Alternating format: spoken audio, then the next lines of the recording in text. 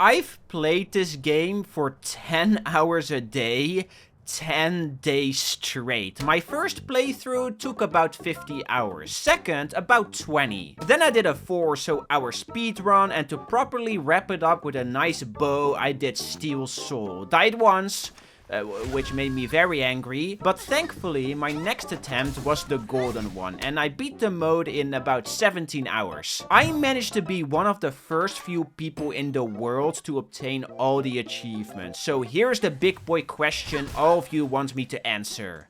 Did Silksong live up to the hype? Guys, this game is absolutely phenomenal, man. I loved almost every second of it. Before I start talking about the actual meat of this game, though, I think we should take a look at its build-up first. In all my years of playing video games, I've never seen an indie game get this much excitement built behind it before its launch. Ever. I mean, what game even comes close? Like maybe Cult of the Lamb or The Binding of Isaac Repentance, but those still pale in comparison. And it wasn't just that the game was the #1 most wishlisted Steam game of all time, but also because people, they couldn't shut up about it. Everywhere you'd go to talk about upcoming video games online, Silksong would be there. And this was going on for 6 long years. Every single time a Nintendo Direct got announced, people started yapping about Silksong. Xbox Showcase, Silksong. PlayStation State of Play, Silksong. Indie World Showcase, Silksong.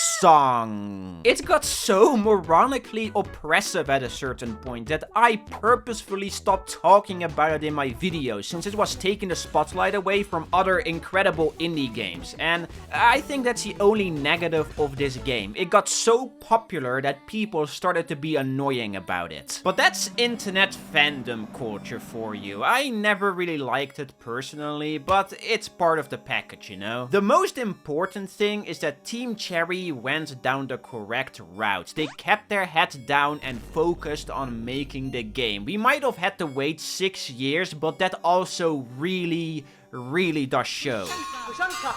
You just gotta love that they added pointless stuff like this into the game. When you're playing Silksong, you can easily see and feel the love the creators poured into it. And they delivered, man. This game is absolutely beautiful. I remember saying in my big Hollow Knight video that game looks gorgeous, but Silksong is even more striking. I don't know how the hell they did it. There are so many areas and rooms in this game that make you stop dead in its tracks and soak in the environment surrounding you. From the lush littered caves of far fields to the desolate sandy edge of the blasted steppes. Every zone is filled with its own identity, bosses, lore building, upgrades, and little guys you meet along the way. Look at this guy, for example. From Call of Duty Black Ops 3 Zombies, the second DLC map from the Eclipse pack. That's Zetsubo?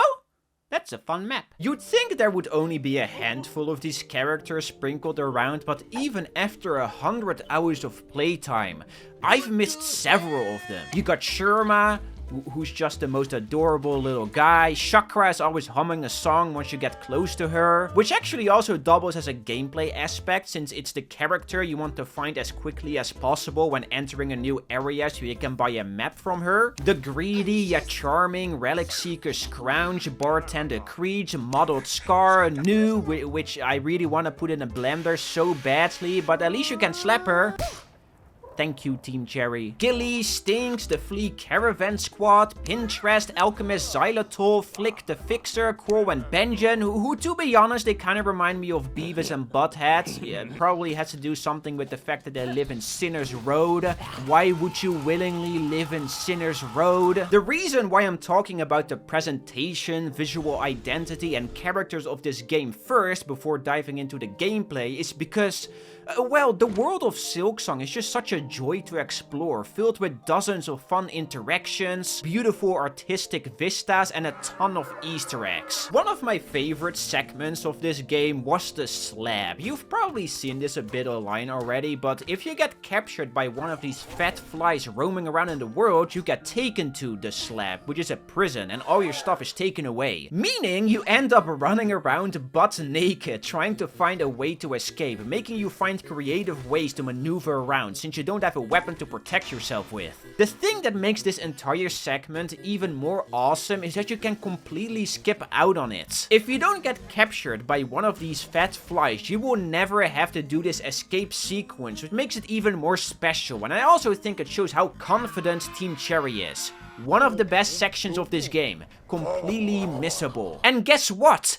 I missed out on it. I only found out about it on my second playthrough and I still loved it, man. It's awesome. This prison escape, though, is only a small slice of the game's world building, which visually and thematically is very somber, but this also goes for the rest. Just in general, the world of Silksong is pretty damn sad. There is death and depression lurking around every corner, but at the same time, there are so many small pockets of light shining through the cracks, and you're always searching for them. It might be something simple like a bench giving you some time to breathe, or again, a little guy you meet along the way. Sherma, in my opinion, is the best example of this. You meet him all the way at the start, singing his silly little song, and the further you progress throughout the game, the more times you get to meet him. But then you get a quest telling you he's gone missing.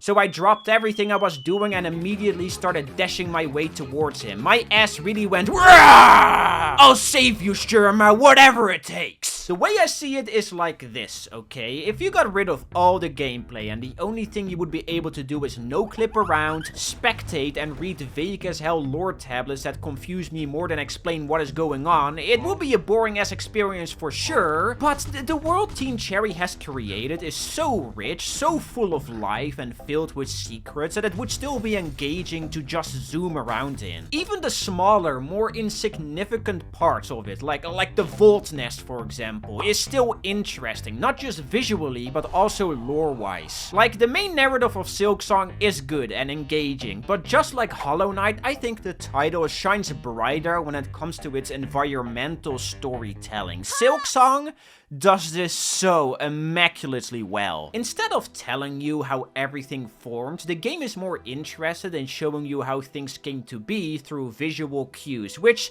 this is a bit of a double-edged sword for sure, but I just love those aha moments it provides. Almost everything in this game is done with intent to paint a bigger picture, and it isn't just to solely complement gameplay. Like realizing that the overworked cleaning pilgrims down in the underworks give less rosaries when defeated compared to the ones above, who, by the way, do nothing. Literally nothing. Silk is being created from the top, so you see scraps of it being caught down below in Greymore. In Sinner's Road, you meet a mantis named the Green Prince, but then later on you fight a boss that looks eerily similar to him. These small visual cues, they make you think what the bigger meaning of all of it is. It sparks curiosity, and I just love puzzling it all together in my head. There is a lot of this world building here, and it feels like it's never ending. This game is big, like that one chef that attacks you with his butt big. And even when you think you've seen everything, trust me, you haven't. Steel Soul, for example, has exclusive content.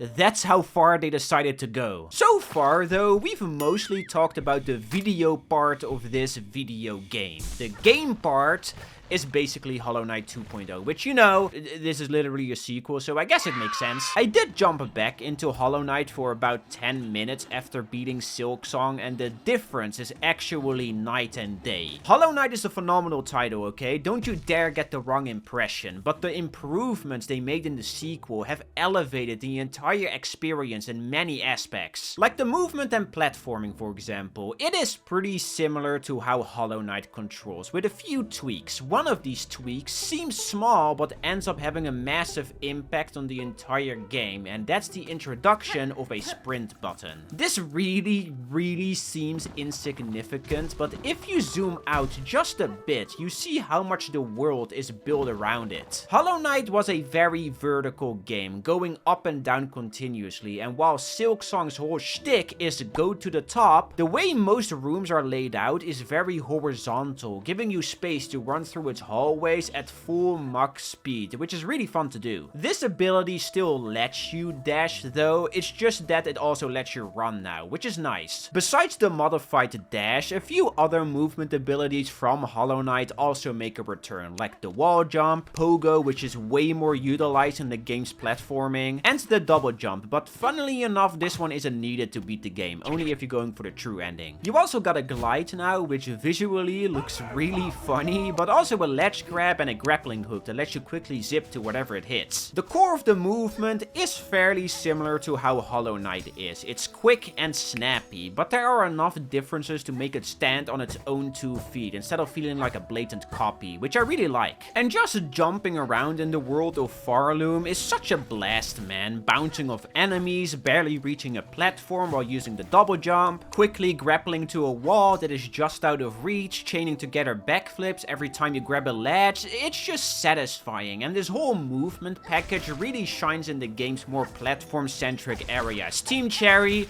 they just straight up cooked, man, seriously. But on the other side of the coin, the combat...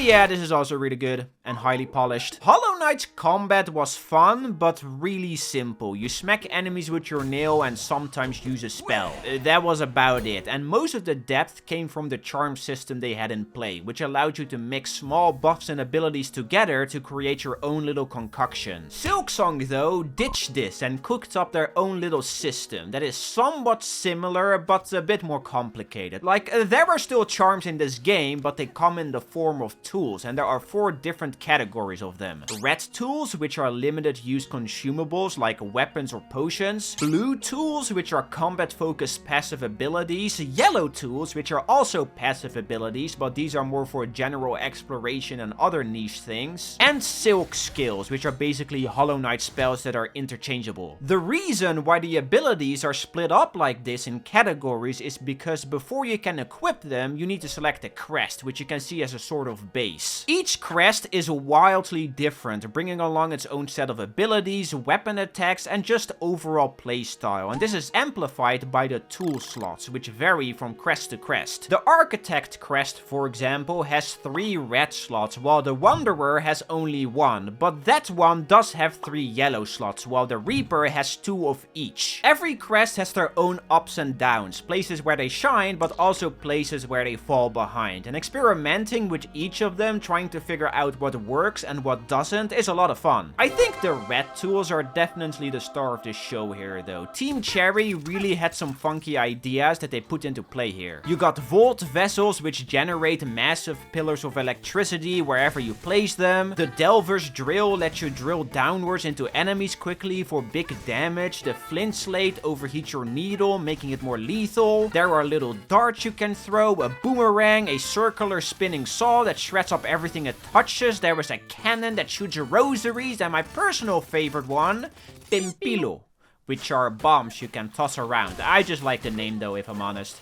Pimpilo. Combine these red tools though with some funky blue ones and you end up with some wacky combos like nails that can give your enemies tetanus, which is very fun. I like this game. There is definitely an optimal setup here though. Elden Ring mimic tier type of garbo, but the way Silksong is structured, you know, Metroidvania, everyone does end up with their own little build for that first playthrough, since all of these tools, crests and other upgrades are sprinkled throughout the world, so you're bound to miss a few here and there. But all that this really comes down to is that there is so much room to express yourself here, even more so compared to Hollow Knight. I had such a blast making my little setups and going to town on both enemies and bosses, which, by the way, the bosses in this game, they are just simply awesome. Almost every single one of them is this beautiful dance of you dodging a bunch of crazy hectic attacks while trying to stay alive and sneaking hits in between. It's a difficult game, okay? Don't get it twisted, but learning the bosses slowly over time, figuring out their attack patterns and little quirks is just hella rewarding. And with enough willpower, you are able to overcome them. Yes, even this asswipe, and there's no greater feeling in the world, man, I am telling you. God bless Australia. I also really want to shout out the replayability of this game. This is something Hollow Knight also did really well, but it's a bit overlooked. A lot of people will play Silksong, beat it, and then move on. But I think replaying it, zooming through all the content and just whooping the title's ass is really fun. Steel Soul especially was a highlight for me. It seems daunting at first, but after 3 playthroughs you just get it and things start to click with ease. I highly recommend trying to go for all the achievements. It's definitely a grind, but it's a fun grind, and because there are so many secrets here, you are bound to find something new, which I just love. By the way, on the PlayStation you don't even have the Steel Soul achievement, so this means Dolan Dark cheated. That's all I'll say. That's all I'll say. If I had to criticize Silksong though, I would say that the lows are definitely lower compared to Hollow Knight. Boring, unskippable fetch quest, annoying mandatory rosary farming, the entire shard system is deeply flawed, and just this entire section in BioWater, Team Cherry likes to troll quite a lot, which makes for some funny moments for sure, but this part is just a step too far in my opinion. At least give me a bench that isn't covered in diarrhea, you know? But then, on the other side of the curve, the highs of this game are incredible. I won't spoil it, but there are a handful of parts near the end that had me screaming like a little kid, and it basically validated the agonizingly long wait I had to go through for Silksong to be released. I said this in my last video, but I've been waiting for this game, Kickstarter goal, whatever you want to call it, for 8 long years. I wasn't even doing YouTube full time back then. And to have finally experienced it, it's a bit of a fever dream if I'm honest. Team Cherry didn't just deliver, they over-delivered massively. So don't be surprised if this turns out to be my game of the year. God damn, man! It's a masterpiece. Alright, cue the montage.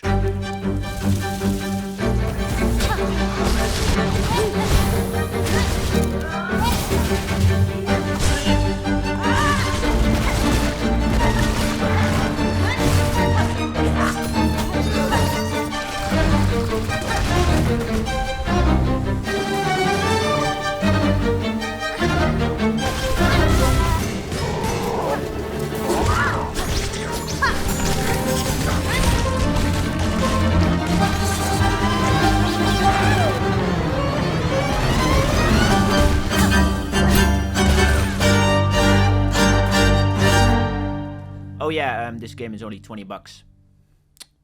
I'd still rather buy Forspoken for 80 though. Anyway, this game is so awesome that I've decided to move to the land where it's created. Australia. That's not a joke. As this video goes live, I'm on a plane flying towards the country. Goodbye, Minecraft Netherlands. Subscribe!